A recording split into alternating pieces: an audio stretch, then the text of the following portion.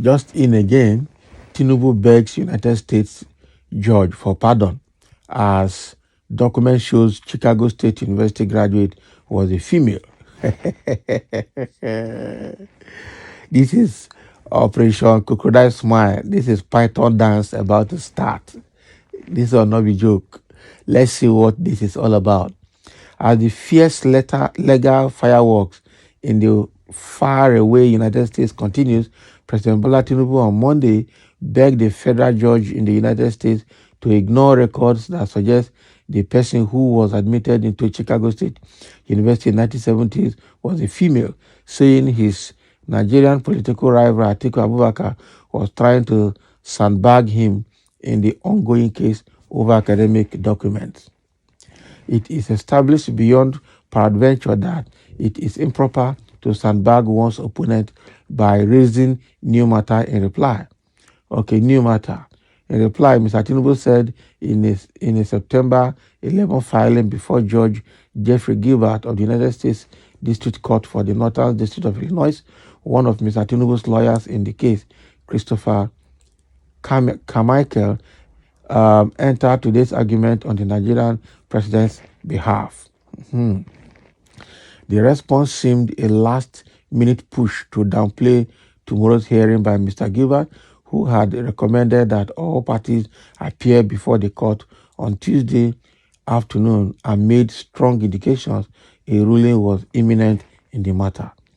Now, Mr. Abubakar was asking the court to grant enough subpoenas to compare records and depositions from CSU amid controversy Mr. Tinubu's admission and graduation. The school has continued to present contradictory documents that often throw up more questions than previously conceived. Yes, because they're trying to protect themselves too. I'm sure somebody has, Tinubu, as usual, must have paid money to buy something from that school, and the school has taken so much money to sell what they sold to Tinubu, and now the deed has been done, records have been upturned, and both Tinubu and the CSU have no hiding place right now. It's a complex one for them. That is why CSU is probably bringing contradictory documents far from what has been requested or asking questions of privacy. Okay, it's not going to work. The court has asked for documents. And thank God it's in the US. They can't lie. If not, everybody in that school will go to jail. That is it. For instance, at least 2 different certificates issued by the school in Mr. Tinubu's name are in the public domain. One was issued directly to Mr. Tinubu, while the other was issued to a Nigerian lawyer who obtained a subpoena for the records last year. The one given to Mr. Tinubu said he graduated on June 22, 1979, having been admitted in 1977, while the one issued to the Nigerian lawyer, Mike Enahore Eba, carried June 27, 1979. Still, additional records of admission submitted by CSU under the 2022 subpoena showed that a certain Bola Tinubu, who was admitted to the CSU also in the same 1977, presented the Southwest College result belonging to a female. Oh boy.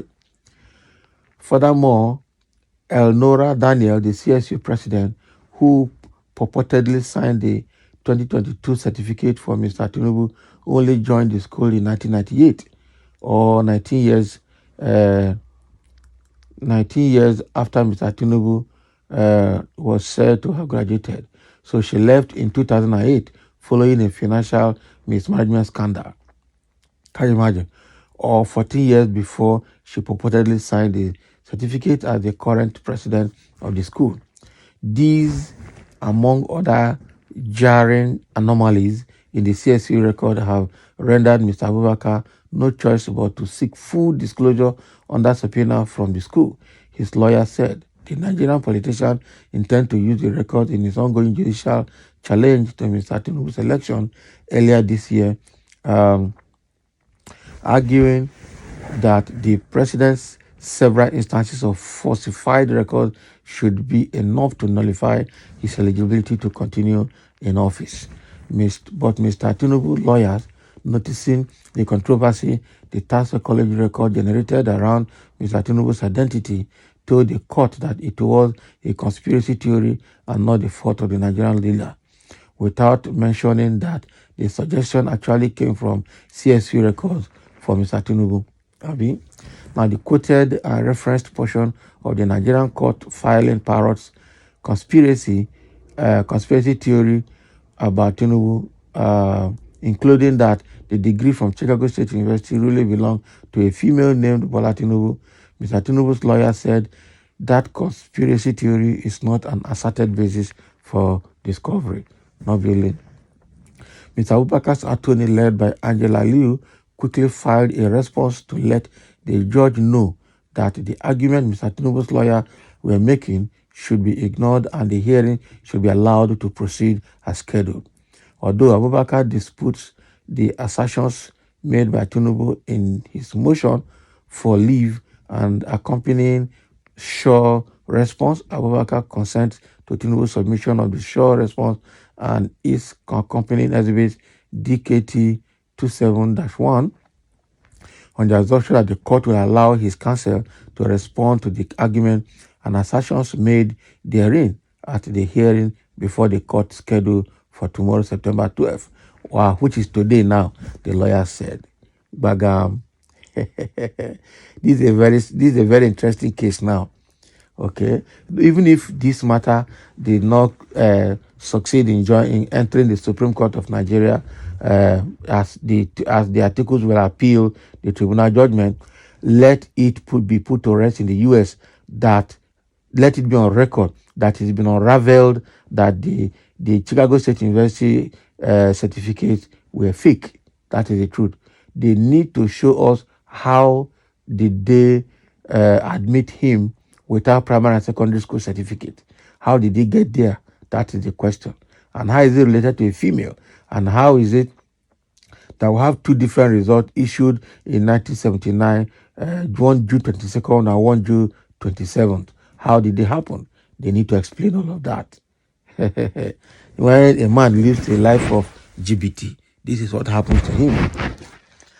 Somebody saying, in fact, it surprises us why our leaders like telling us lies. We are subject to lies. Is it that we are subject to lies or our antidote is lie? Can't a good leader rule us with SS and or school cert certificate? Why claiming what you don't have? This certificate argument can take this British company called Nigeria another 4 years while the common man dies daily without any of them caring.